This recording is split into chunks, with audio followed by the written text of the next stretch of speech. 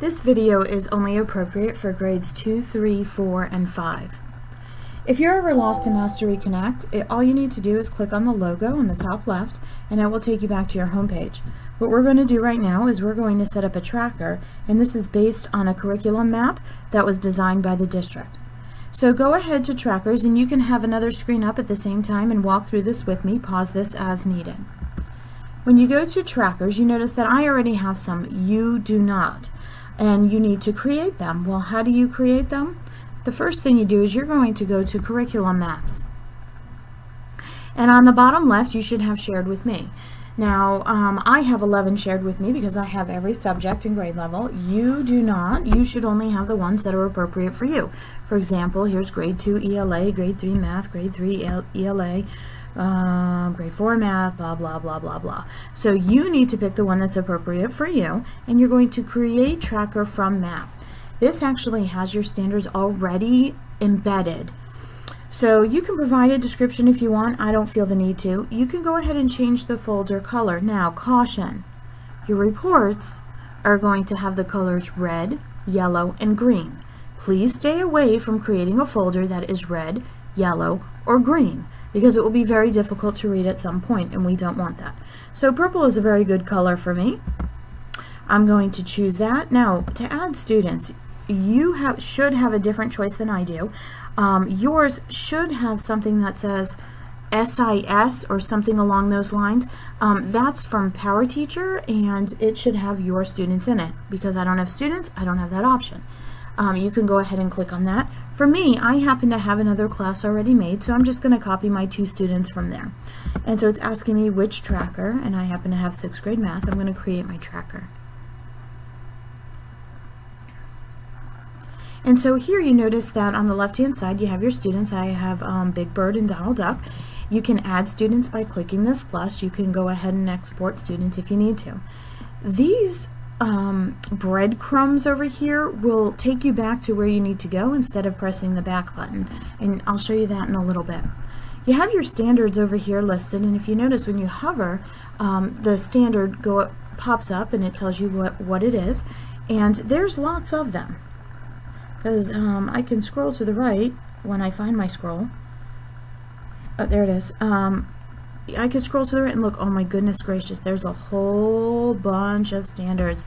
So you can go ahead and hide some of those, like maybe we're only working on unit 1, taking control of reading, or in narrative writing at this time. So I can go ahead and hide 2, 3, 4, 5, 6, 7, 8, 9, 10, whatever you decide.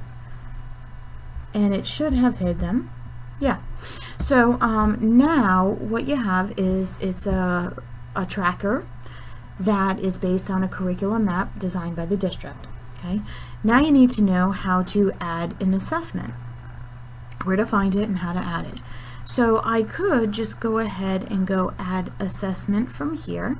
I could click on a certain standard, and maybe I want to go ahead and assess that standard alone, or it might be multi-standard. Let me show you. So here I am on a standard. I'm going to click assess. Now, not every standard has an assessment that's aligned to it. You might have just multi-standard assessments, and that's okay. I'm going to click on add assessment. It's going to give me some choices. Right now I'm going to search the community, and notice I have lots of options here. I'm not going to worry about that just now. I want you to notice how it says district private, because we have a special contract with this company, and it's called TE21, and it's going to give us some very specific questions that are aligned to our benchmarks that we can use for formative and summative assessments. But you can notice, I want you to notice here how there's different types of assessments. And look, we're in Unit 4, which is really not appropriate for us right now.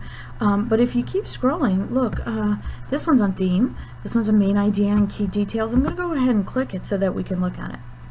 So this is an assessment that is multi-paragraph and lots of wonderful questions. Ooh, 3 different passages and lots of questions. And so when I scroll down on the right hand side, like my big scroll, Okay, you see all your standards on the right hand side, and here's an answer key. So say for example I wanted to use this. I'm going to add to my tracker, and it automatically pulls up my second grade language arts as opposed to my math, because the standards in this assessment match that tracker only. It doesn't match my math tracker. So I'm going to add to selected, and notice how this comes up. I could manually put in a score if I wanted to, but let me show you how to, when you click on this, and that's not really what I wanted to do, I'm sorry. So when I click on assess, there is a number that comes up. If you're going, I'm just copying it. If you're going to use this on the computer and have your students take it on the computer, they would go to studentmasteryconnect.com. Let me do that for you right now and show you how it happens.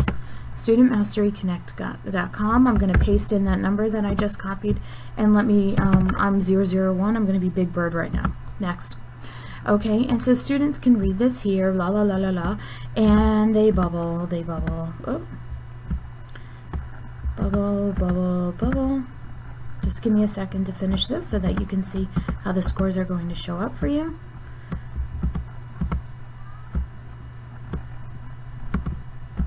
And what it looks like for the student, if I can click correctly. And this may have to get moved. That's going to come into play in a minute, promise. Okay, so the student would say finished and submit my answers.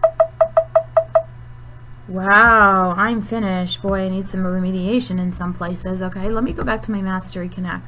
So I'm going to X out of here, and now you notice how it shows up for you with different colors and the scores written in for you. So now Donald Duck, he didn't take it online. Maybe you don't want to take it online. So when you click on the standard right here, it has the option of bubble sheet. Now I went ahead and printed the bubble sheets. I only have 2 students, and now one of the suggestions that was provided in my professional development is to print it once and laminate it, and students can use a dry erase marker to mark their answers, and you can grade it right on the computer. And we're going to actually see if that works. So here, so you notice in the top right hand corner the camera function is right here. I'm going to enable camera, and I'm going to put my bubble sheet right in front of the camera and see how it just automatically scanned it for me. And so now you see that you have all of your answers right here. Now here's where the breadcrumbs come into play, because now I can go back into my second grade language arts, and right there it has the student results. Up here means the number 1 means that there is a assessment for those standards, and these are the 2 standards. It was a multi-standard assessment, and those are the 2 standards that were there. And you see, you see who needs remediation, and 0 out of 3 for that standard, 0 out of 3 for that standard, 1 out of 3 for this standard, and 1 out of 3 for this standard. So you can group your students and do things of that nature. I hope you enjoy using your tracker and finding some assessments.